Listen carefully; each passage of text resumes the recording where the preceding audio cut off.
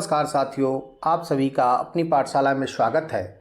दोस्तों, हमने जीके और जीएस के लिए बहुत ही महत्वपूर्ण एनसीईआरटी शास्त्र संग्रह की श्रृंखला एक शुरू की है, जिसमें सबसे पहले हम भारतीय राज्य व्यवस्था को कवर कर रहे हैं और इस वीडियो में हम भारत के संविधान के विभिन्न प्रावधान और उनके स्रोत के जितने भी महत्वपूर्ण प्रश्न हैं उनको वन लाइनर फॉर्म में देखेंगे। और इसके पहले वाले वीडियो में हमने भारतीय राज्य व्यवस्था के पहला टॉपिक भारत का संवैधानिक विकास को देखा था। यदि आपने वो वाला वीडियो नहीं देखा है तो डिस्क्रिप्शन बॉक्स में लिंक दिया जा रहा है, वहाँ से उस वीडियो को आप देख सकते हैं। तो चलिए शुरू करते हैं आज का वीडियो, संविधान के विभिन्न प्रावधान और उनके स्रोत। तो विभिन्न देशों से के संविधानों से लिए गए जो प्रावधान है उन्हीं को इस टॉपिक में आज हमको पढ़ना है। तो वैसे तो बहुत सारे हैं, लेकिन जो बहुत ही महत्वपूर्ण है आपके एग्जाम के दृष्टिकोण से और बार बार वो सवाल रिपीट होता है, उनको आपको ज़रूर दिमाग में रखना है, याद रखना है। तो देखिए, सबसे पहले हम लोग बात करते हैं संयुक्त राज्य अमेरिका के संविधान से कौन कौन से प्रावधान लिए गए हैं। तो सबसे पहला प्रावधान क्या है? प्रस्तावना के जो शब्द है हम भारत के लोग, वो हमारे संयुक्त राज्य अमेरिका के संविधान से लिया गया है।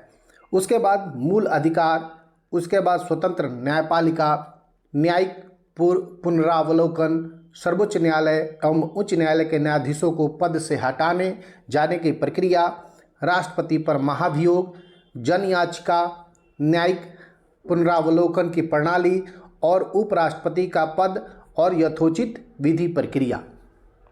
तो ऐसे तो बहुत सारे 10 हैं, लेकिन इसमें से कुछ है जो बहुत महत्वपूर्ण है, उनको आपको याद रखना है। तो देखिए, याद रखने का एक तरीका मैं आपको बताता हूं कि संयुक्त राज्य अमेरिका जो है ना, वो पूरे देशों में सबसे शक्तिमान, वो विश्व गुरु के नाम से जाना जाता है, उसके बाद बहुत शक्ति है। तो देखिए, जितना भी शब्द आएगा आपको जिसमें शक्ति का आभास हो, वो आपको संयुक्त राज्य अमेरिका के तरफ आप जा सकते हैं। देखिए, जैसे प्रस्तावना के शब्द हम भारत के लोग, यानी प्रस्तावना को, संविधान को शक्ति कहाँ से मिलती है? तो हम लोग जानते हैं भारत की जनता से शक्ति मिलती है। तो ये शब्द शक्ति को, शक्ति का प्रतीक एक तरह से आप मान सकते हैं। तो ये संयुक्त राज्य अमेरिका। उसके बाद मूल अधिकार, यानी अधिकार क्या है? शक्ति को भी ये भी डिनोट कर रहा है। तो संयुक्त राज्य अमेरिका, यानी एक तरह से मैं कहूँ कि जितने भी शक्ति वाले प्रावधान हैं वो आप संयुक्त राज्य अमेरिका की तरफ जा सकते हैं। उसके बाद आगे बढ़ेंगे हम लोग ब्रिटेन से। ब्रिटेन से हमने क्या क्या प्रावधान लिए हैं? तो वो लिए हैं विधि का शासन, संसदीय शासन प्रणाली, एकल नागरिकता, द्विसदनीय व्यवस्था, विधि निर्माण प्रक्रिया, सर्वाधिक मत के आधार पर चुनाव जीत का निर्णय, उसके बाद विधायिका में अध्यक्ष पद की भूमिका और संसदीय विशेषाधिकार। ये सारे 8 जो है ना, ये 8 प्रावधान हमने ब्रिटेन के संविधान से लिए हैं। तो इसको भी कुछ हद तक आप याद रख सकते हैं कि देखिए, जैसे ही आपको संसदीय या विधि का शासन या संसद दिखे तो आप ब्रिटेन के तरफ जा सकते हैं। ठीक है, तो ये रहा आपको। इसमें जो महत्वपूर्ण है वो विधि का शासन है और संसदीय शासन प्रणाली है, एकल नागरिकता है, द्विसदनीय व्यवस्था है, ठीक ना, और विधि 2 बार है, संसद और संसद आपको संसदीय 2 बार है, ठीक ना। तो एक संसद और विधि 2 आपको वर्ड पकड़ना है, उसी वर्ड से आपको ब्रिटेन के प्रावधानों को याद रखना है। उसके बाद हम लोग बात करेंगे दक्षिण अफ्रीका से। तो दक्षिण अफ्रीका से मात्र 2 हैं और दोनों वही बहुत ही महत्वपूर्ण है। पहला है आपको संविधान संशोधन, आर्टिकल 368 ये हमने दक्षिण अफ्रीका के संविधान से लिया है। उसके बाद है राज्यसभा में सदस्यों का निर्वाचन, ये भी हमने दक्षिण अफ्रीका के संविधान से लिया है। उसके बाद आ जाता है कनाडा, और कनाडा की जैसे ही हम लोग बात करते हैं तो सबसे महत्वपूर्ण होता है सशक्त केंद्र के साथ संघीय व्यवस्था। संसदीय और संघीय, ये कन्फ्यूजन नहीं रहना चाहिए। संसदीय जब आएगा तो ब्रिटेन, और संघीय व्यवस्था की बात करेगा तो कनाडा के साथ आप जाएंगे, ठीक ना। उसके बाद केंद्र और आपको राज्य के बीच जो शक्तियों का विभाजन है वो आपको इसी के अंतर्गत आएगा। उसके बाद शक्तियों का वितरण उसके बाद अवशिष्ट शक्तियाँ केंद्र में निहित होती हैं। ये सारे प्रावधान हमने कनाडा से लिया है। उसके बाद केंद्र द्वारा राज्यों में राज्यपाल की नियुक्ति, तो ये क्या हो जाएगा, ये भी कनाडा से लिया गया है। उसके बाद उच्चतम न्यायालय का परामर्शी न्याय निर्णयन, ये भी कनाडा से हमने लिया है। उसके बाद संघात्मक व्यवस्था, ये भी हमने कनाडा से लिया है। इसीलिए मैंने कहा जहाँ संघीय आ जाएगा, संघीय और संघात्मक, ये कनाडा से, और संसद आ जाएगा तो ब्रिटेन से। कुछ हद तक ये आपको थोड़ा सा रिलैक्स कर सकता है।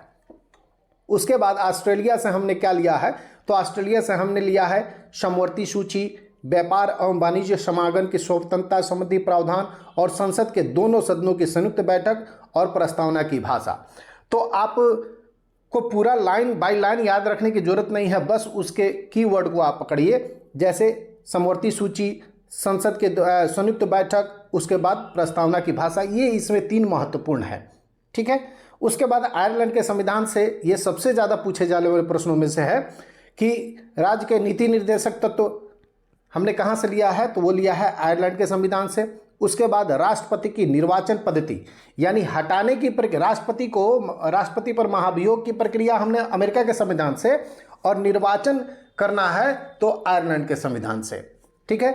और राज्यसभा में सदस्यों का नामांकन, ऊपर हमने क्या पढ़ा था कि राज्यसभा में सदस्यों का निर्वाचन, देखिए हमने पढ़ा था ना यहाँ पे, राज्यसभा में सदस्यों का निर्वाचन आपको दक्षिण अफ्रीका से, निर्वाचन आपको दक्षिण अफ्रीका से, लेकिन आपको नामांकन की बात कर रहा है वो आयरलैंड के संविधान से। तो दोनों अलग अलग चीज़ें हैं, कंफ्यूज ना होइएगा, ठीक ना।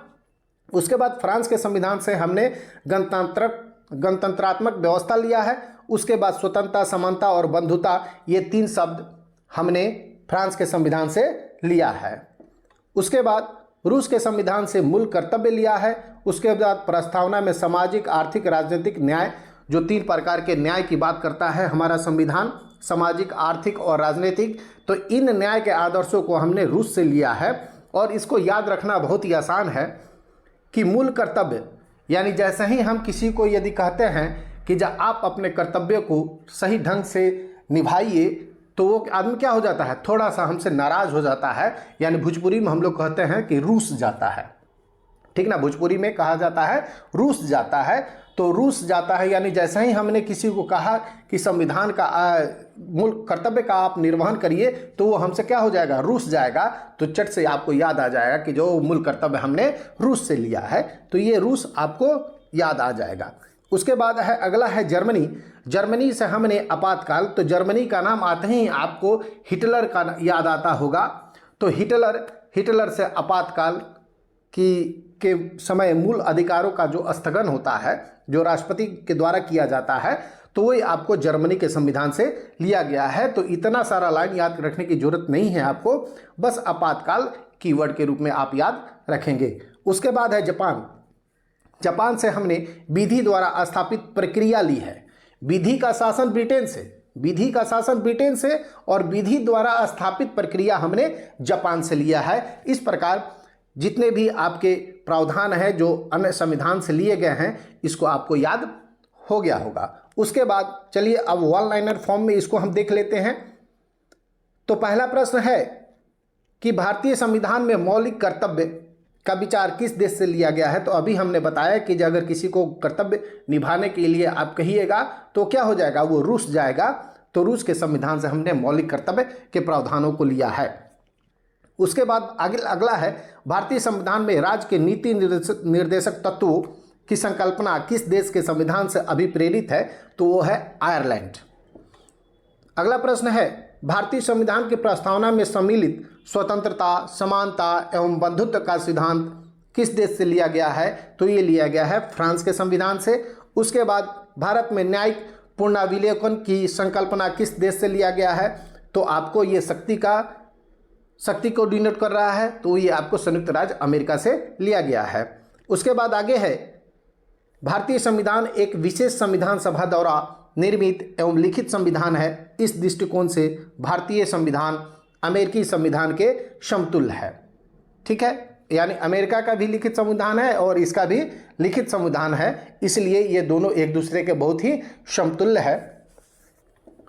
आगे है भारतीय संविधान में संवैधानिक संशोधन का प्रावधान हमने किस देश से लिया था? तो ये याद होगा आपको, अनुच्छेद 368, यह हमने दक्षिण अफ्रीका से लिया है। उसके बाद भारत के संविधान में सम्मिलित आपातकाल, तो आपातकाल जैसे ही याद आया आपको आया हिटलर, और हिटलर कहाँ का था? जापान का था, जर्मनी का था। तो हमने जर्मनी से लिया है आपातकाल के उपबंध। उसके बाद शक्तिशाली केंद्र के साथ भारत की संघात्मक व्यवस्था, तो हमने कहा था जहां संघ आ जाए और संघात्मक आ जाए तो आपको कनाडा की तरफ जाना है, तो ये कनाडा से हमने संघात्मक व्यवस्था लिया है। उसके बाद भारत के संविधान में सम्मिलित समवर्ती सूची, तो समवर्ती सूची हमने लिया है ऑस्ट्रेलिया के संविधान से, तो ये आपका हो गया। उसके बाद आगे बढ़ेंगे, अगला प्रश्न कहता है कि भारतीय संविधान में निधि विधि द्वारा स्थापित प्रक्रिया, तो देखिए विधि द्वारा शासन, विधि का शासन हमने ब्रिटेन से और विधि द्वारा स्थापित प्रक्रिया जापान से लिया है, ठीक है। उसके बाद भारतीय संविधान की प्रस्तावना में सामाजिक, आर्थिक एवं राजनीतिक न्याय का आदर्श का प्रावधान किस देश के संविधान से लिया गया है? तो ये लिया गया है आपको रूस के संविधान से। उसके बाद भारतीय संविधान में संसदीय विशेषाधिकार की संकल्पना किस देश के संविधान पर आधारित है? तो हमने कहा था कि आपको कीवर्ड संसद पकड़िए, संसदीय पकड़िए, ये सब हमने ब्रिटेन से लिया है, तो ब्रिटेन इसका आंसर होगा। उसके बाद आगे है संविधान में विधिवाद है कि भारत के संविधान में सम्मिलित मूल अधिकार किस देश के संवैधानिक प्रावधानों से प्रेरित है? तो यह है आपको मूल अधिकार, एकदम याद रखेंगे, ये बहुत ही महत्वपूर्ण है। मूल अधिकार संयुक्त राज्य अमेरिका से हमने लिया है। उसके बाद भारतीय संविधान में विधि निर्माण की प्रक्रिया ब्रिटेन से, जबकि विधि द्वारा स्थापित प्रक्रिया आपको जापान से, ये मैंने पहले ही आपको क्लियर कर दिया था। तो ये आपको हमने आज के वीडियो में हमने संविधान के विभिन्न प्रावधान और उनके स्रोतों को देखा, और इसके अगले वीडियो में हम लोग संविधान के भाग के बारे में भाग को देखेंगे और उसके बारे में जानेंगे, और बहुत ही आसानी से जो 22 भाग हैं उस 22 भागों को हम याद कर लेंगे। तो चलिए फिर मिलेंगे अगले वीडियो के साथ। जय हिंद, जय भारत।